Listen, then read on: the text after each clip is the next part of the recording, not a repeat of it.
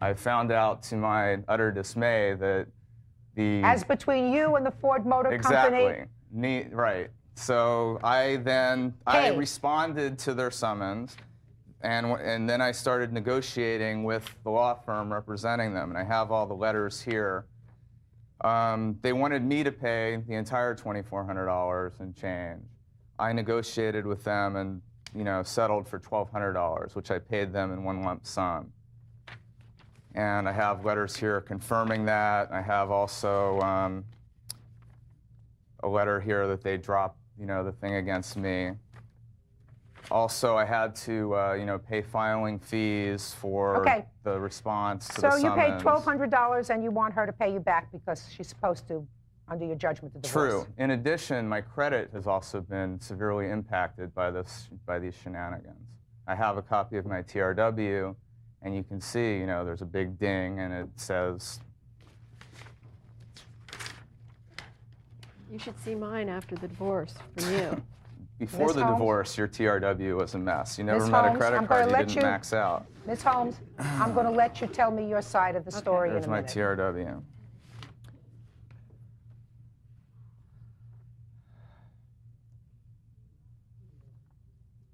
I've been trying to... Could you just wait one second, Certainly. Please? Thank you.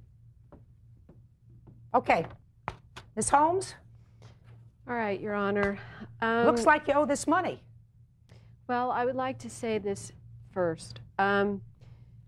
He, for starters, is the main signature on the lease of the contract. During the marriage, I supported him while he went to school. I worked solely through the marriage. During this time, we leased the minivan because he is a musician and because he could take his equipment to rehearsals and on tour. He went on several tours in the van. He drove to all places on the van, and we were 14,000 miles in excess miles. I had become very, very ill, and I was unable to work because of that. I was 20 pounds less than I am now. And the suit with Ford was due to excess miles. And at 8 cents a mile, that adds up. And so when he sent me the letter stating that he had paid for that, after the fact that I had supported him through the entire marriage, that I had supplied him with 3 cars, that I thought for him to pay a small amount for the excess mileage, which I did not incur on the vehicle, which was prior to the divorce. It says all present, it doesn't say prior. And that was all, that was basically what happened. And I have witnesses to that he went on tour in that van. Assuming that he went on tour with the van, you don't deny that you went on tour with the van? In that particular van, I took it to San Francisco and back on maybe 1 or 2 occasions. So you took it to San Francisco and back. This is not what she's talking about. It's a misrepresentation. It really is not particularly relevant because you were both represented by attorneys at your divorce. Is that correct? Yes. Very true.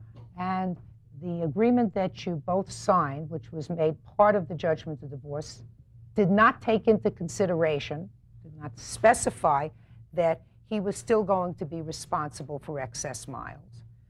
It's a relatively simple paragraph with regard to the car. It says you get the car, you take care of it. And you have to take care of it because that's your contractual obligation. Whatever went on before was finalized on the day that you signed these papers. You understand that, Ms. Holmes? Yes, I do. So you understand then that despite the fact that it was bad marriage, bad breakup, whatever, and a very acrimonious and probably very expensive divorce, you were responsible. You were responsible for the van. He paid it, but you have to reimburse him for that. And the judgment in this case is for the plaintiff in the amount requested, which is $1,200. Thank you. Excuse me, step out.